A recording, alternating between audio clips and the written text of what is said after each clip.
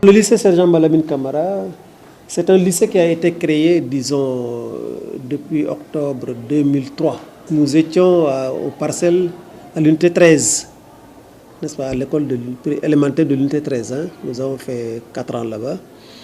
Ensuite, en décembre 2006, hein, c'est ça, nous sommes venus ici.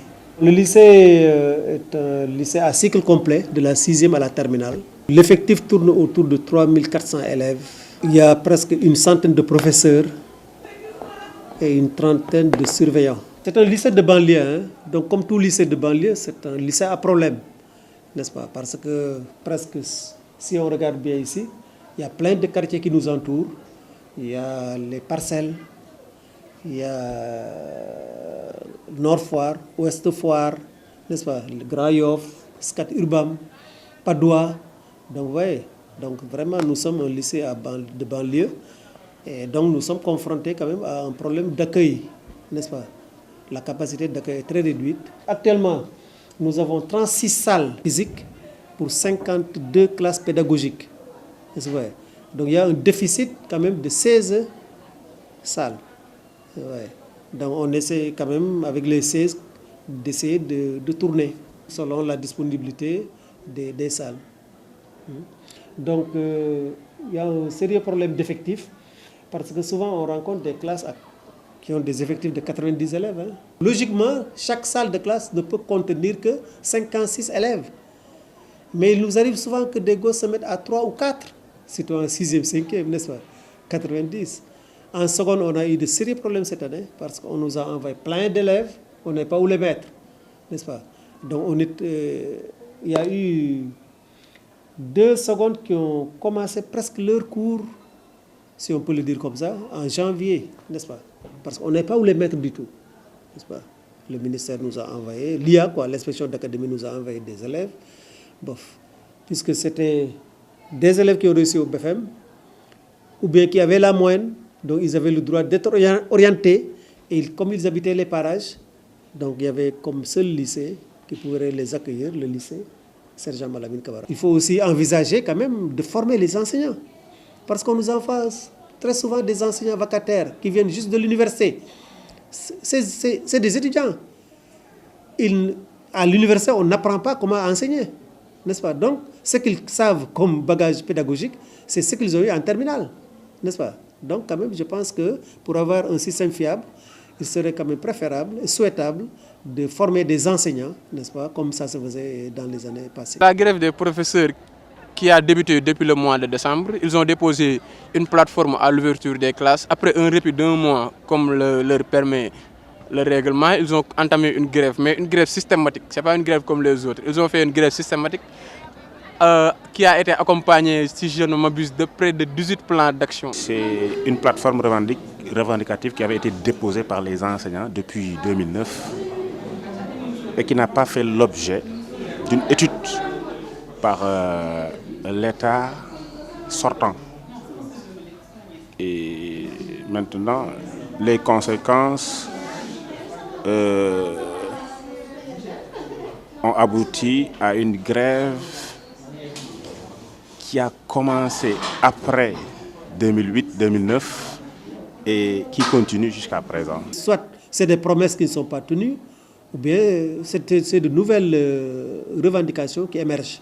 Il y a pour les professeurs titulaires sortant des corps émergents qui étaient avant des vacataires, des contractuels et qui sont devenus aujourd'hui des fonctionnaires, il y a ce qu'on appelle la validation des années de vacation et de contrat qui doit faire l'objet d'une nouvelle loi et qui n'a pas été votée par l'Assemblée nationale. Il y avait un projet de texte pour modifier la loi 61-33 par le ministre sortant de la fonction publique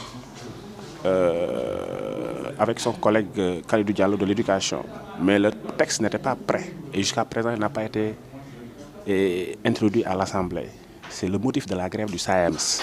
Maintenant, par rapport à la grève du CUSEMS, il y a l'indemnité de logement. L'indemnité de logement des magistrats qui a été augmentée jusqu'à 200 000 francs. Alors qu'ils sont les magistrats et certains professeurs sont du même niveau académique. Ils sont bac plus 4, bac plus 6. comme certains professeurs, beaucoup de professeurs de lycée, les gens veulent que tout le monde, tous les bac plus 6 de la fonction publique aient la même indemnité de logement. Les gens pensent que c'est plus juste. Donc 200 000 francs, alors que actuellement les professeurs ont tous 65 000 francs comme indemnité de logement. La situation actuelle de l'école est catastrophique. Et je pèse bien mes mots parce qu'on n'a jamais connu dans l'histoire du Sénégal ou dans l'histoire moderne du Sénégal une grève aussi longue et aussi douloureuse pour les élèves. Chacun de son côté, que ce soit le gouvernement ou les enseignants, doivent quand même savoir que l'école, n'est-ce pas, ne peut pas vivre en permanence avec des grèves, n'est-ce pas? Ça, c'est quelque chose qu'on doit arrêter. Ça ne peut pas continuer. Il y a des gosses, imagine, ceux qui font la première actuellement, c'est des gosses qui ont connu la grève de la 6e à la première, parce que depuis 2007, ça fait 6 ans. Hein? Et ça, c'est regrettable.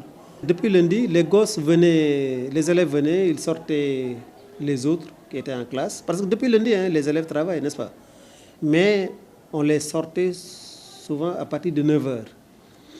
Hier, quand ils les ont sortis, j'ai demandé au proviseur, n'est-ce pas, de les rencontrer, n'est-ce pas? Le proviseur les a appelés, ils sont venus à mon bureau, ils voulaient me rencontrer seul. Moi, j'ai dit que non, on va voir le proviseur ensemble. Nous sommes allés le voir, mais nous leur avons tenu un langage de vérité. Parce que je pense quand même, dans tous les cas, l'année sera validée.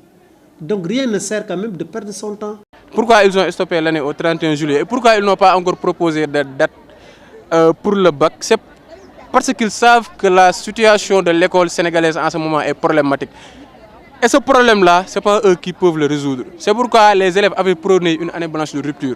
Parce que le gouvernement qui est en place a fait tous les sacrifices au monde avec ses alliés pour que le gouvernement précédent puisse être remplacé par un gouvernement de rupture, comme ils l'ont dit. C'est pourquoi ils n'ont pas lésiné sur les moyens. Il y a eu mort d'hommes, il y a eu des manifestations à grande échelle dans le pays, parce qu'ils ont pris le temps de faire des assises nationales, ils ont pris le temps de se concerter, de dire que ce gouvernement-là, il faut qu'il parte. Nous aussi, on a pris le temps de se concerter. On s'est dit que cette école-là, il faut que l'école sénégalaise aille mieux. C'est pour cette raison qu'on a dit qu'on voulait une année blanche de rupture.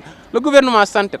L'année dernière, on a eu 2 mois de grève. Cette année, on a eu 5 mois de grève. L'année prochaine, si nous voyons pur, que cela ne nous surprenne pas. Pour régler le problème de l'école sénégalaise, je pense que les autorités doivent dire la vérité, n'est-ce pas? Rien que la vérité. Parce qu'il y a des choses faisables, des choses qui ne sont pas faisables, n'est-ce pas? Les propositions du ministre n'agréent pas beaucoup de personnes. Parce qu'à vrai dire, il n'a pas parlé du baccalauréat. Et la proposition qu'il a faite pour les classes intermédiaires, c'est-à-dire de clore l'année le 31 juillet, et pour les classes de 3e, de faire le brevet sportif en août et une semaine plus tard, les épreuves écrites du BFM, n'arrange pas les élèves. D'après le premier aperçu qu'on a eu ce matin, ça n'arrange pas beaucoup d'élèves. D'ailleurs, la majorité des élèves de terminale sont dans la salle du foyer, c'est-à-dire la salle des élèves, les uns en train de jouer au ballon, les autres en train de s'affairer autour des quotidiens du jour. Nous sommes dans un pays en voie de développement.